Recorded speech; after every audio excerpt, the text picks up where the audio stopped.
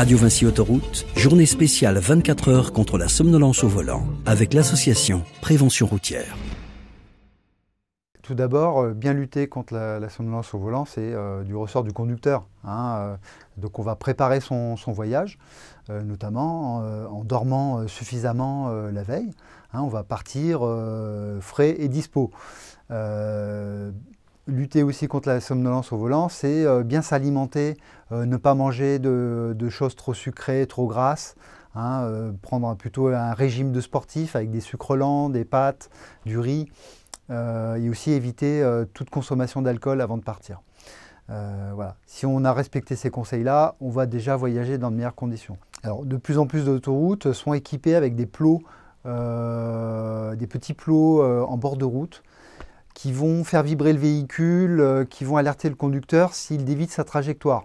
Et donc ça, c'est vraiment efficace, puisque ça va rappeler au conducteur qu'il est devenu inattentif, voire somnolent, qu'il faut qu'il s'arrête dès que possible. Donc là, on a une bonne solution qui est en cours de déploiement sur les autoroutes. Sur les nouveaux véhicules automobiles, on a des options, des équipements, des nouvelles technologies qui permettent de détecter des signes d'hypovigilance, de somnolence, ou d'éviter que le conducteur dévie sa trajectoire. Par exemple, on va alerter le conducteur en faisant vibrer le volant, en faisant vibrer le siège, qu'on est distrait, qu'on est en train de quitter sa voie de circulation de façon inopinée.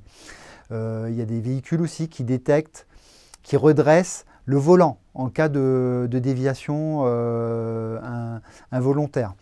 Il y a aussi des véhicules qui détectent des signes de somnolence en analysant la façon dont on agit sur le volant, sur le levier de vitesse, sur la pédale d'accélérateur.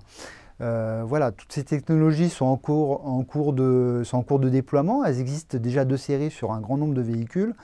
Il y a certainement des améliorations à apporter. Et de toute façon, les conducteurs restent l'entier responsable de sa conduite et de sa sécurité. Donc c'est à lui d'être vigilant au premier plan.